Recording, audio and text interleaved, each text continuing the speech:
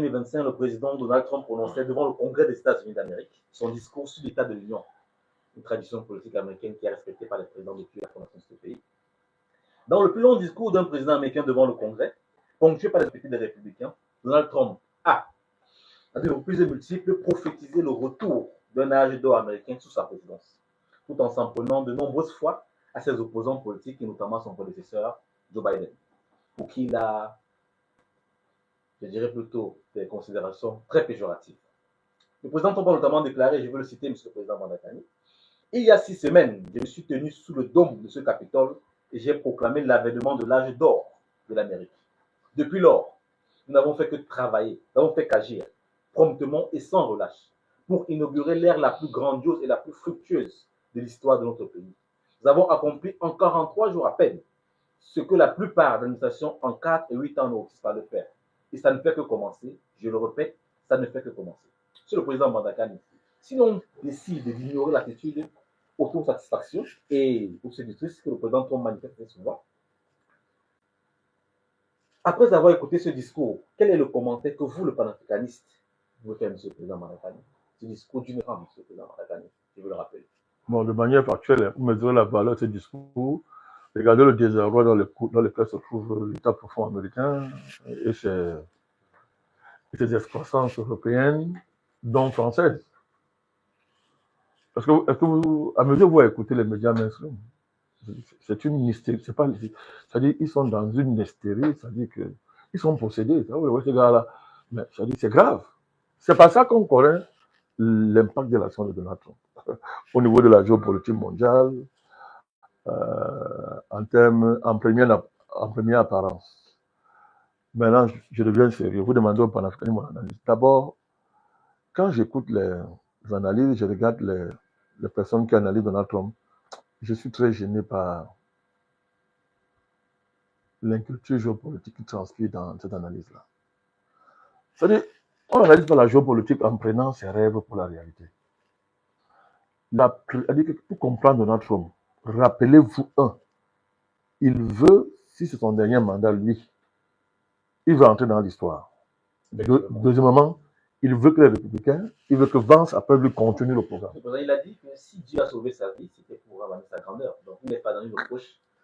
C'est-à-dire que, je veux dire au niveau, un politicien, quand, dans le contexte américain, quand il est relevé là, il vient le résultat parce que ce qu'il regarde là, c'est sa réélection. C'est-à-dire que, bien après lui, que son candidat soit élu après lui. Donc, le vice-président, pour l'instant, c'est Vance. Bon, si vous faites les analyses, vous ne tenez pas compte de ça. Vous faites quelle analyse? Quand j'écoute les gens, ils ne tiennent pas compte de ça. Moi, ça me fait rire. Donc, Trump a des résultats économiques et politiques qu'il doit atteindre. Sur le plan politique, quoi qu'on peut dire, ce qu'il fait est terrible. 100 décrets, 400 ordres exécutifs. Il a fait mieux que les administrations. Sur le plan politique, des mesures qu'il a prises pour en finir avec le wokisme, des mesures qu'il a prises au niveau des frontières, des mesures qu'il a prises pour au niveau de l'armée, etc. Au niveau de la santé. Le plan politique, il ne ment pas, c'est inédit. Maintenant, il a un deuxième défi, c'est l'économie. Il faut que la croissance reparte à niveau aux États-Unis. Il faut que la faillite économique qu'a légué Joe Biden soit transformée en retour de la croissance, retour de l'emploi, etc. Baisse des prix de l'énergie, baisse des prix des produits alimentaires, etc., des premières nécessités, etc. Donc, il a ces résultats-là qu'il va atteindre. Et là, quand il regarde les moyens qu'il a, c'est clair. Il a les droits de douane. Au regard de l'importance du marché américain. Deuxièmement, il veut réduire la dette de son pays. C'est rationnel, ça. Parce qu'il dit très bien qu'il faut le lien entre la réduction de la dette et la baisse de l'inflation. C'est clair et net. C'est ça le Dodge. C'est ça l'importance du Dodge. Le département de l'efficacité gouvernementale. Très bien. Voilà, très bien. Donc, il faut le comprendre. Voilà ses priorités. Et sa géopolitique est guidée par ces marqueurs. Donc, Trump ne va pas s'engager sur un dossier qui peut l'empêcher d'atteindre ses buts qui s'est fixés au niveau intérieur américain. C'est clair. Vous n'allez pas comprendre sa stratégie dans les Grands Lacs si vous n'avez pas ça en tête. Au Moyen-Orient, si vous n'avez pas se donné l'entête, vous n'allez pas comprendre sa politique. Bon, ne demandons pas à tous ceux qui lorgner les cuisses de Kamala Harris, n'est-ce pas, de comprendre ce genre de choses. Hein?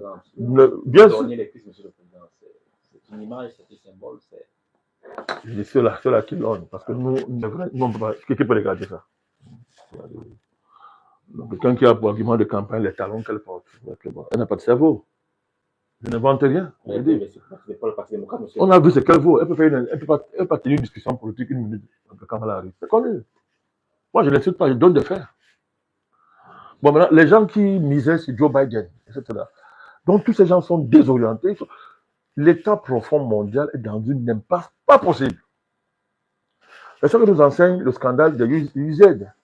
Il faut en parler, UZ, d'accord. USA. Voilà, donc, Donald Trump dit, je ne veux pas revenir sur ces politiques anti-globalistes qui nous intéressent et qui sont salutaires pour l'Afrique. Pas revenir. Sorti de l'OMS, qu'il appelle administration corrompue, dénonciation de ce qu'il appelle la narque verte, etc. C'est le plan de la géopolitique, la stratégie, mais les Africains, c'est la chance d'avoir un type comme ça. Aujourd'hui, la lumière est faite sur les vaccins, etc.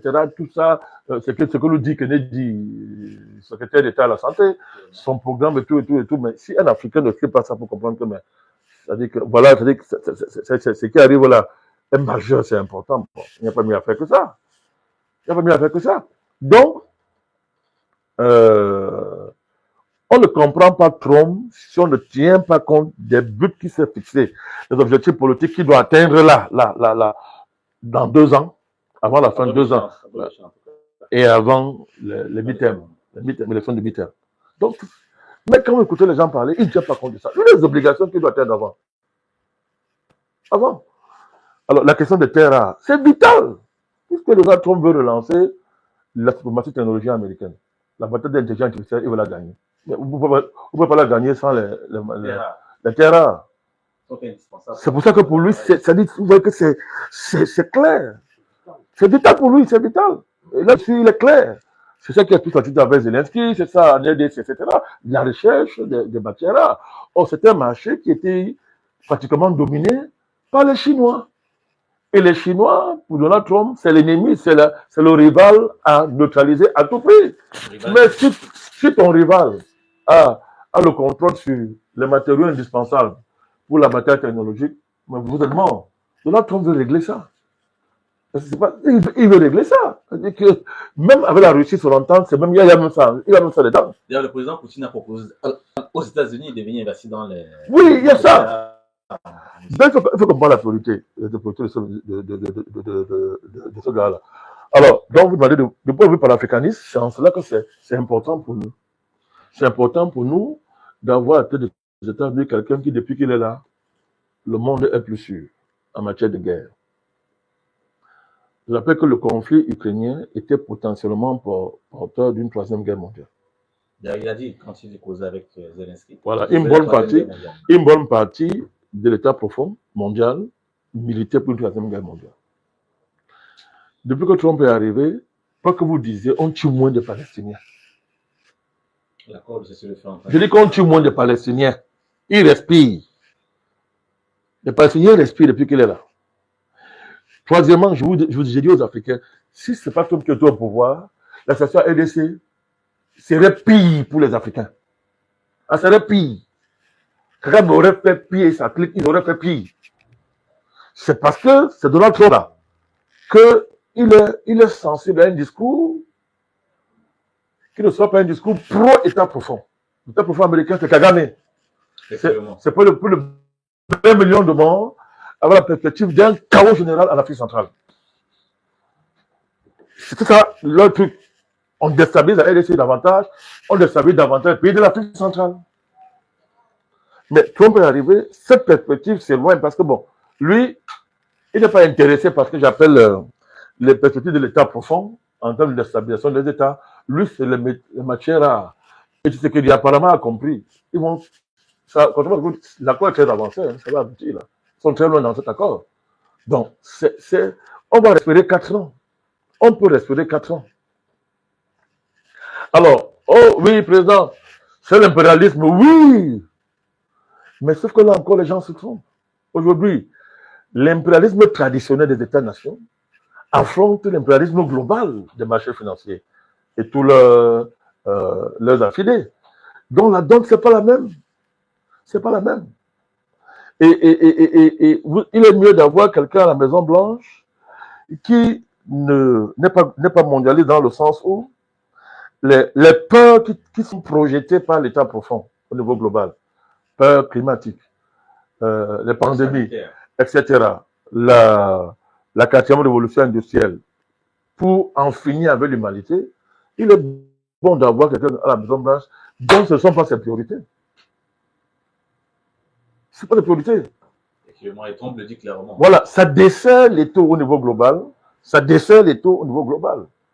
Et ça permet à des États sérieux, à des pays sérieux en Afrique, n'est-ce pas, de travailler, d'avoir moins de pression. Que l'État profond, si Kamala, la porteuse de talons, avait été élue, devait tomber sur nous.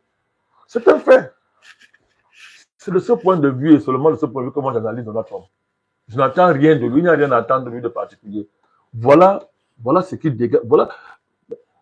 C'est pas par hasard que Kennedy devient secrétaire d'État. Et le projet qui lui a été voilà, avec tout ce qu'il porte. C'est Make America Health Again. La désintoxication alimentaire, l'empoisonnement sanitaire, ça concerne tout. Qui est exposé que dans le monde que les Africains par rapport à ça? Et c'est un profond qui est derrière. Qui est plus exposé que les Africains? Mais quelqu'un est arrivé. Donald Trump met quelqu'un au secrétariat d'État à la santé, dont lui la mission est de stopper ça. Et il sait de quoi il maîtrise le sujet. C'est même militant. C'est un militant. Qui a été qualifié de conspirationniste dans le passé. Pendant 4 ans, les rêveries de l'OMS d'être un super État mondial vont arrêter. Oui, d'ailleurs, Trump a extrait son pays de l'OMS. C'est pas seulement ça. Alors, ses prétentions sur le canal Panama, il a dit qu'ils vont prendre ça. Sa prétention sur le Groenland, etc. Ben, lui, il considère que ce sont les problèmes américains. Quand vous l'écoutez, dans des sujets internes aux États-Unis, lui, il considère que tout ça, c'est américain.